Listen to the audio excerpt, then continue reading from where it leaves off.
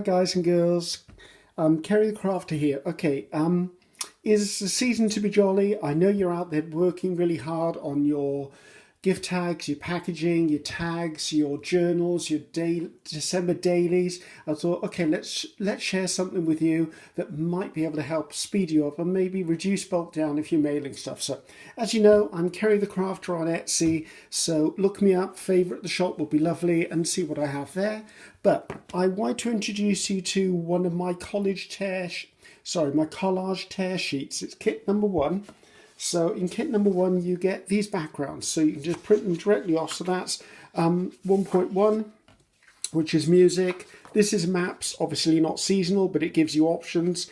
This is smaller version of music. This is actually ledger paper, and that's actually text. So to be honest with you, the only one that's probably not within theme is probably the map one. But you know what? You can be creative. It is a background.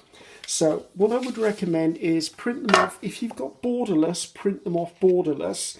If not, you're going to end up with, let's see if I can find one with it on. You're going to end up with this really small border around it. So the first thing I would do is take your craft knife or your guillotine, and I'm going to use a knife, and I'm not using a guillotine here purely because not everyone has one. So just line it up, slide it all the way along the edge and remove that. Now I've created these as A4, which I know for America doesn't always work. So I'm going to give you some measurements that I'm cutting, but remember you might need to adjust your measurements to match the country you're in or the printer size you do. Now, most printer software will allow you to size things, so you could actually make the music paper or the maps or the text sheets a lot smaller. So as you can see, that's just boards it down. So I'm going to work on the smaller one. I'm not going to work on this one because I've been clever and I've done the stage on the back. So just move that out of the way. Because I'm Ceri and I'm clumsy, I need to put my knife blade away because I will slice myself. So looking at that now, what we've done is we've got a piece for me. My piece has ended up as 11.5 inches or 290 millimeters, and this way it's come out at, so I'm not in screen, am I?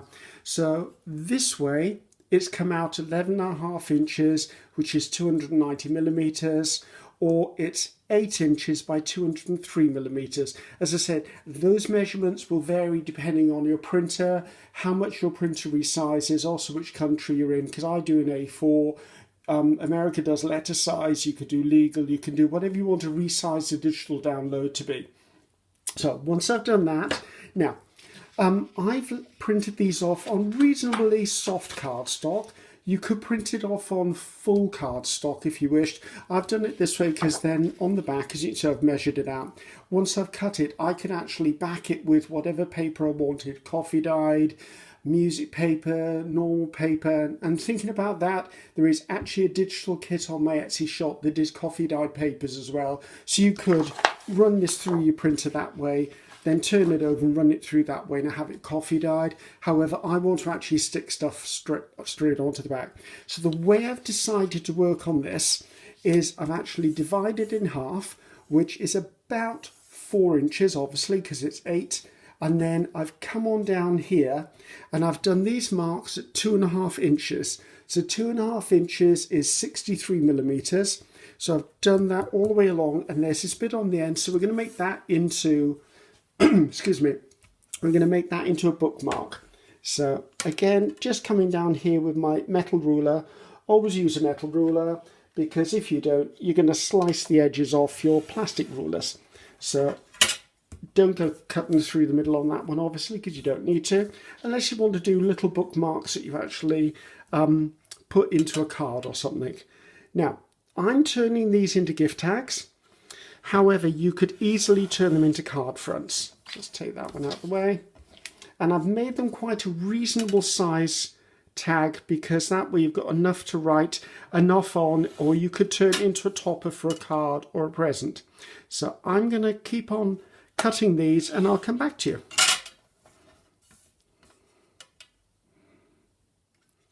So that's everything cut. So I've cut all of the sheets and I've ended up with 40 tag bases and 5 bookmarks. So let's put those to one side at the moment. So now If you're doing card making, scrapbooking, something, you could obviously just use this as a backer for something, but we're going to take it another step.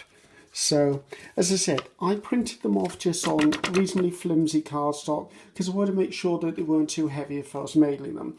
I did mention I do have a digital, which is coffee dyed papers, so I could have done this in thicker cardstock, printed that side, turned it over and printed this side. But what I'm going to do is I'm actually going to stick this to this, just because I like to cut them first and then stick the backs on, because if I stick the back onto the whole A4 sheet, then I've got wastage, which I don't want. So first thing I'm going to do is actually come in, and I'm just going to use my tear ruler for this one, just for speed. Let's line that up. Get my tear ruler. Now obviously if you are using a guillotine, this would be considerably faster. So, because you can probably do multi-layers, but as I said, not everyone has one of those, so just wanted to make sure that we're all on a level playing field. So, and if you don't have a tear ruler, guys, you can do it with a real ruler. Just make sure you hold it down. So, where am I? Come on, out you come. So, there you go. So now it's just up to me to stick that onto the back. It doesn't need to be archival. It doesn't need to last forever. It's Christmas. It's just going to be a small keepsake, probably kept in a book. So I'm just going to use regular Pritt stick. I use Pritt stick all the time. I've never had a problem with it coming unstuck. I know there are other brands out there. I just use it because it's my local brand and I like using it. So put the two of those together, slide them so that they're all matching up around the edges. Let's get that out of the way. Give it a bit of a smooth down just to make sure it's all nice and clean. So that's given it a bit more heft. It's a bit more solid now. Now, as I said, I've used coffee dyed on the back of this. You could, where have I put it? You could use, but there they are. You could use your scraps up, like I've used coffee dyed music paper on the back of that one. This one I had some green cardstock. So basically go through your scrap bin, as long as it's plain enough for you to write Merry Christmas to, from, or Happy New Year, or whatever salutation you want to put on the back. It needs to be relatively plain. So I usually use lots of my spare cardstock up or paper stock up on that. So put that to one side. Now, for me, the next stage is actually turning into a tag. Now, at Christmas, you're probably going to get yourself some gift tags. Not gift tag, gift vouchers would come as a plastic card. I tend to use them to make these edges. So I snip them, and then I've got a template. So if I ever want to cut a card, I can just put this onto the side of the card, snip that, do the same, snip that, and I know it's even. You could just eyeball it. You could, in fact, take an existing tag. Let's see if I can find one. You could take a tag that you've already got, centralize that on, and just snip the sides on that as well. So it depends on how you want to do it. There are umpteen different ways. So let's just show you all three of them. So I'm going to take my big scissors. Now, coming in here, I'm going to slice through there, slice through there. That's one gift tag done. Let's put that one to one side. Then the other method is you can just come in and eyeball it. And when you've cut that piece off, flip it over, turn it round. So hold it onto there, and again snip it. And that gives you equal sides as well. Sorry if I'm looking a bit clumsy, guys. I'm trying to do this through an iPad screen, which is not always the easiest. So here, the template I made, which, as I said, you can make it out of a gift card. I like it being plastic because if it's paper or card, every time I cut, I tend to shave a little bit more off it. Not the best thing when you're trying to end up with something that's equal. So those were the three methods you could use for each of them. Okay, now each one will be a different angle because obviously I've used a different template for each. That was freehand, and these two were actually using some other template. But at the end of the day, no one's going to be comparing tag to tag. Okay, it's all about the gift you're giving. So let's just take one of these now and show you what the next stage is. Let's take that one. Now, I'm going to turn this over so that I've got a plain back to it, because what I want to do is I want to find a central point. So I'm using my mat here. Now that's just about even either side, and I'm going to come down and I put a little bit of a hole mark in it, and I've just put a pencil mark. I like doing that because if I judge things, half the time I wear varifocals, and if I wear varifocals, I end up doing it wrong. This is a single hole punch, so I come in, find the centre of that mark, excuse the noise, there you go, and I have a hole in the top of my tag. Not rocket science, really easy. Now, I'm going to put reinforcers here. Now, my reinforcers are a beautiful coffee colour. Now, I've been asked how do I do this. It's not something I came up with, but it was a clever solution someone once showed me, and I've always done it now. So there you go, that's on there. So I can put that to one side to be finished in a moment. To make these, what I do is I buy mine in a roll and they're white. You can buy them in a big sheet as well, or smaller square sheets. And the first thing I do is I take, let's not take that one, it's got blue on it. Let's put that over there for later.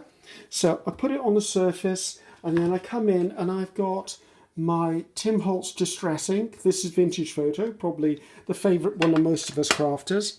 Take a little bit of that on my pad, and then I just smooth that along. Now what it does is it won't stick to the waxed backing, but it will stick to the little rings. So, and that's how I do it. And that gives me my antique or vintage looking ring reinforcers. So if you watch a good movie and you want to do the whole box of those, that's a good thing to be doing. So that's how I do those. Now, next thing I need to do is I'm going to choose one of these. I need to decorate it up. But before I do that, if I'm carrying the whole vintage theme through, I'm once again going to take some of my Vintage Photo, and I'm going to come along the edges just to give it a bit of an antique look. So it's not necessary, but for me it just seems to frame what I'm going to put on top of this. So just run it around there, and again on the edges.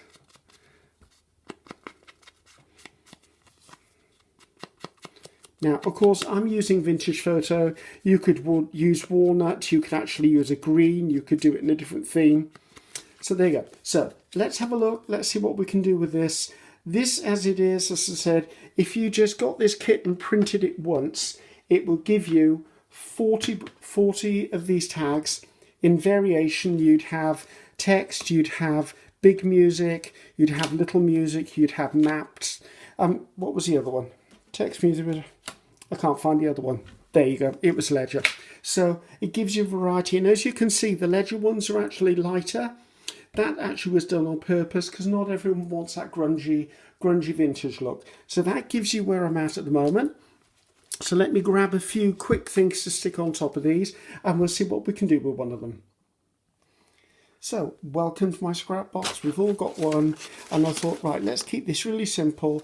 Let's try and decorate them with things with really basic skills, really basic supplies. So it's a good way of actually using up your scraps. We've all got one of these.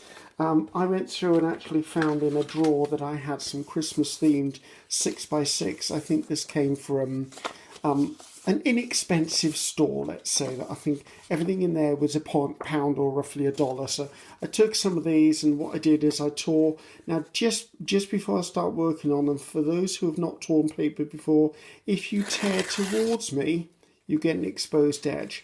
If you tear away from you, you get a good edge. Okay, just wanted to say that because I do a tearing technique quite often. So let's put this by, get it out the way, and have a look at the tags. I didn't want to do them on screen purely because I wanted to keep this video as short as I could possibly keep it. So, keeping it simple. So this was one of the text ones, as you can see. There was the torn paper. I already have one of these little sentiments. I made a little postage stamp just off a little bit of the paper and made my own. Hopefully that will focus on it. Bit of a peel off. We've all got these things hanging around. So that was number one. Thought that was quite cute. I thought, right, let's keep it quite minimalistic, because the reason I wanted to offer these to you guys is if you're mailing stuff or you put it into things, you want to keep the bulk down.